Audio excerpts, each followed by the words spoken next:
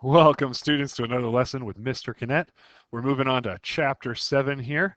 And in Chapter 7, we're going to start learning the processes for simplifying expressions. And the first part of that is going to be focusing on a really important property of mathematics. You're going to use this a lot in your future called the distributive property. I'm going to pause right now and copy down what you see.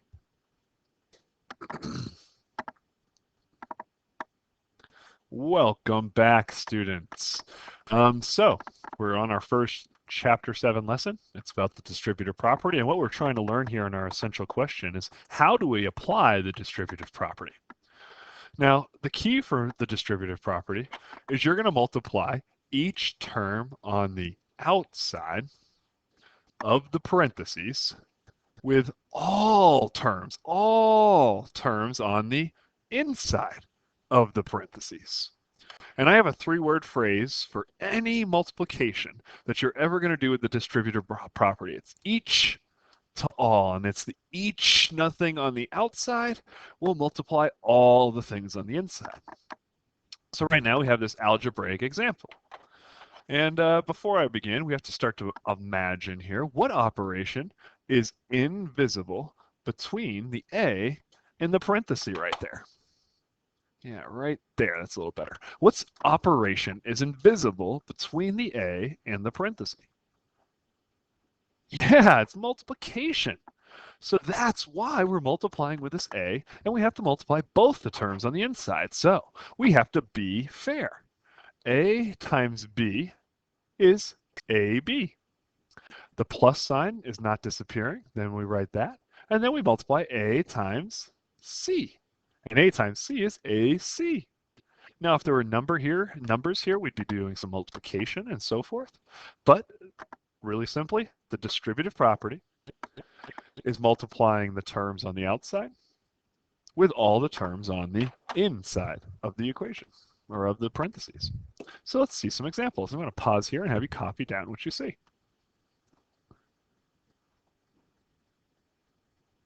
Okay, welcome back. So right now we're going to use that distributive property to multiply some expressions. Okay, so in problem 1 here, we have the number 4 on the outside. And we have an x plus 6 on the inside. So we have to take this 4 from the outside and multiply all the terms on the inside. So 4 times x is 4x. The plus sign comes straight down. And 4 times 6 is 24. That is it. That is the answer. Okay, let's try that again. Oh, number 2 looks really funny. Where is the number on the parenthesis located? Yeah, you're right. It's just on this other side of the expression. So the number, the coefficient could be written on the outside of the parenthesis on the left or outside the parenthesis on the right. So we're going to take the 7, multiply 3x, and that gets us 21x. The minus sign comes straight down, and 7 times 4 is 28. That is the answer. Hey, now on number 3, all of these skills we're learning can be done with fractions or decimals as well. So for number 3, we go 1/2 times 6m. What is 1/2 times 6? 3m. Minus sign comes straight down, and then what is 1/2 times 3? Yeah, that's a fractional answer. A lot of you are like, you can't do that. Yes, you can. Remember, that 3 would be on the top times 1/2, and then we're just multiplying straight across as our fractions have taught us to.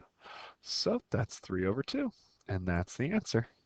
Now in question 4, I'd like to make it a little harder. So I want you to add in a negative for that 2.3 because I've noticed right now most of my examples have a positive number on the outside.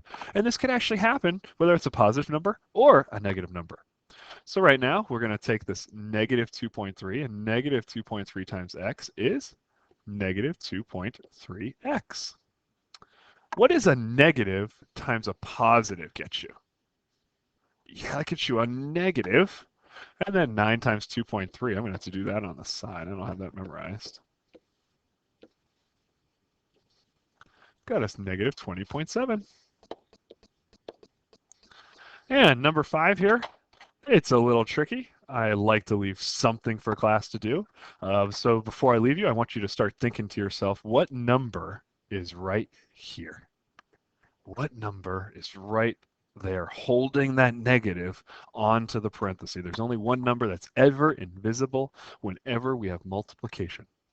Okay, so if you have any questions, please remember to write your questions down in the question sections here. And remember, you can always add to your notes. If I said something where you're like, you know what, he didn't write that down, but I like it, you can add it here. That's fine. You're just not allowed to take anything away. You got to have exactly what you see or more. Well, students, it's been a pleasure. I hope this one works. Talk to you soon.